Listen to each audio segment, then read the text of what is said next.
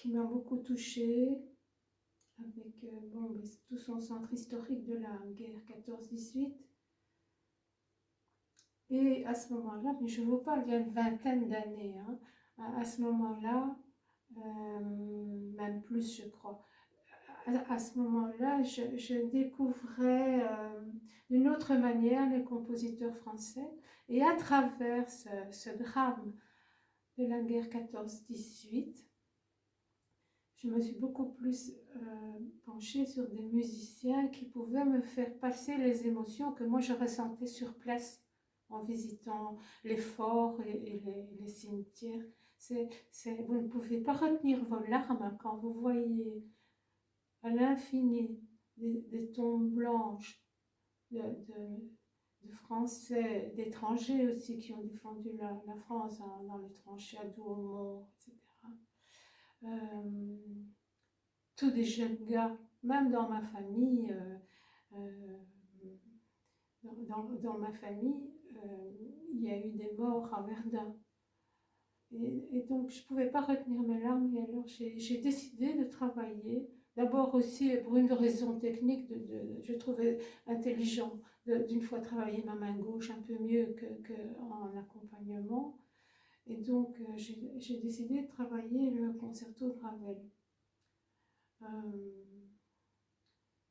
Et donc, j'y ai passé presque une année.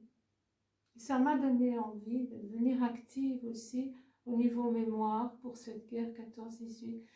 Et j'avais une petite association d'artisans. Je me suis toujours considérée comme une artisan. Je suis très manuelle. Enfin, une intello manuelle, on va dire. J'ai toujours bricolé, fait de la patine de meubles, cuisiné, etc. Et donc, la main avait beaucoup d'importance pour moi. Et donc, faire le concerto pour la main gauche que Ravel a écrit pour Paul Wittgenstein. Je me suis aussi intéressée avec une collaboration d'artistes sur place à tous ceux qui avaient perdu des membres pendant la guerre 14-18 et qui avaient été défigurés, on les appelle les gueules cassées. Et donc il y a un cinéaste français dont son grand-père a fait partie des gueules cassées, qui a d'abord écrit un livre et puis il est venu avec mes amis artisans, mes amis peintres, artistes et tout, de la Gaume belge et des Ardennes françaises. Nous avons été faire une exposition au Centre mondial de la paix à Verdun, et qui devait durer d'abord 1 mois, puis qui a duré 3 mois. Et bon, ça a retenti quand même. Et donc moi, pendant 3 mois, j'étais à Verdun tous les jours dans ces jolies petites ruelles. J'ai été boire un café au long du port. Et j'aime beaucoup cette ville parce que toute cette ville est imprégnée de la guerre 14-18. Même s'il y a des boutiques modernes et tout, mais bon, les murs en sont trempés. Et alors, ben voilà, j'ai été rechercher derrière ma petite bibliothèque le concerto de Ravel. Ben, évidemment, je ne l'ai plus du tout dans les doigts. Alors, ce qui est bien sur la partition, ben, c'est une partition russe.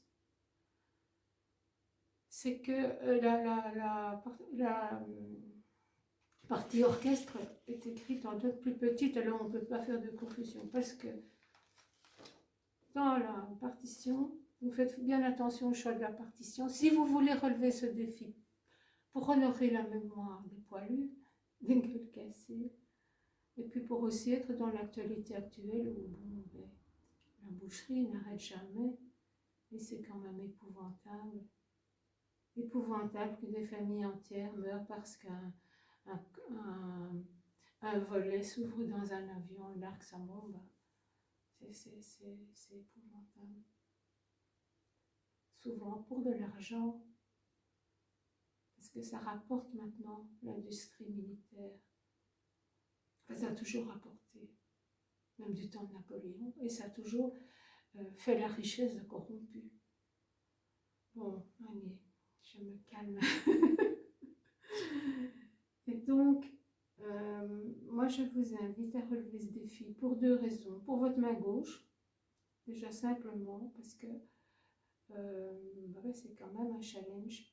pour apprendre à suivre une partition qui tantôt est écrite uniquement avec une clé de Fa, puisque c'est que la main gauche qui joue, et puis qui est parfois écrit en deux portées, clé de Sol. Heureusement que l'imprimeur a écrit solo au-dessus, parce que bon, c'est un peu... Comme je n'aime pas de fluoriser mes partitions, parce que ça me ramène trop dans la technologie, je préfère encore lire sur du papier ancien. Voilà, c'est un exercice dans tous les domaines. N'allez pas jusqu'à la douleur, parce que bon, solliciter comme ça une main toute seule, avec l'autre main derrière le dos, sur le genou, sans jamais pouvoir aller l'aider. Et donc, elle est fort contrainte, donc au début, ça risque d'être un peu difficile. Donc, eh bien, donc, on passe aussi de la lecture clé de Fa. On ne reste pas tout le temps que la lecture clé de Fa. Hein. Il y a des glissando aussi jusque-là. Donc, c'est un très bon exercice pour la main gauche. On va avoir évidemment une flopée de Vipasso, il y a des passages magnifiques dans ce concerto. Vous allez vous y laisser prendre. C'est de toute beauté. C'est de toute beauté et c'est sonore et visuel quand vous pouvez vous imaginer la vie dans les tranchées. Le clairon qui commençait à être exploité dans les orchestres, c'est quand même un instrument assez récent, le clairon. Et donc, à un moment donné, Ravel arrive à composer comme si c'était pour un clairon. On entend les rappels, on entend les clairons, on entend les combats, on entend tout ça avec une seule main. C'est une écriture, c'est un orchestrateur, Ravel. Hein. Ben, il nous a mis un orchestre dans la main gauche ici. Et donc, voilà. Je ne m'en souviens vraiment plus du tout. Je voulais vous en parler, je vais faire une photo. Je ferai une vidéo. Voilà.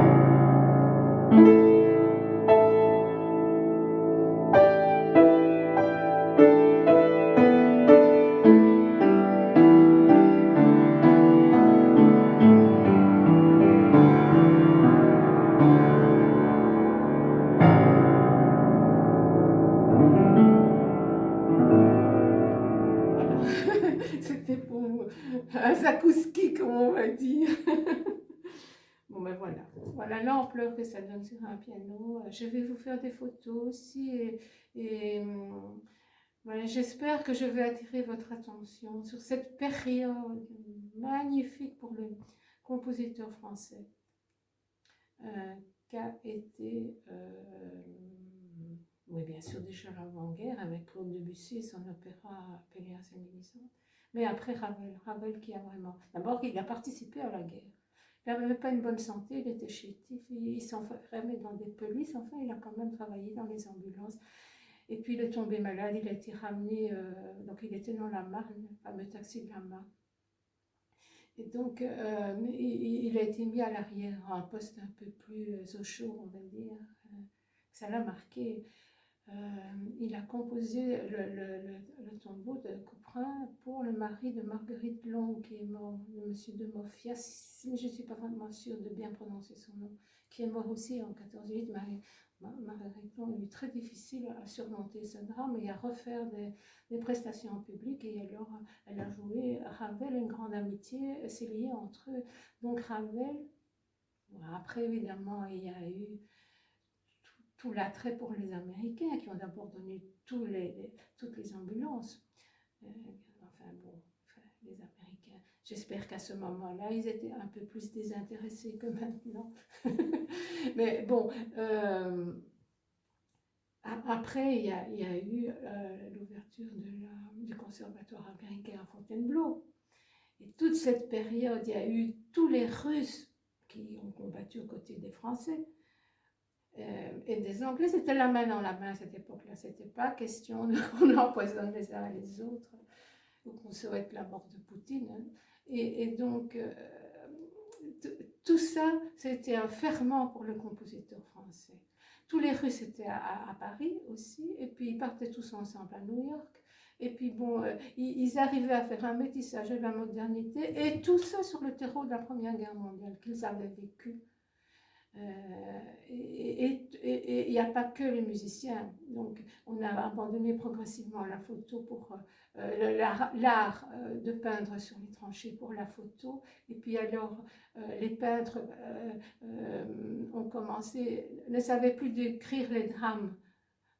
Et donc on commençait à aller dans l'abstraction, donc ça commençait à être l'abstraction dans la pensée, l'abstraction dans les arts, l'abstraction dans la musique, le métissage,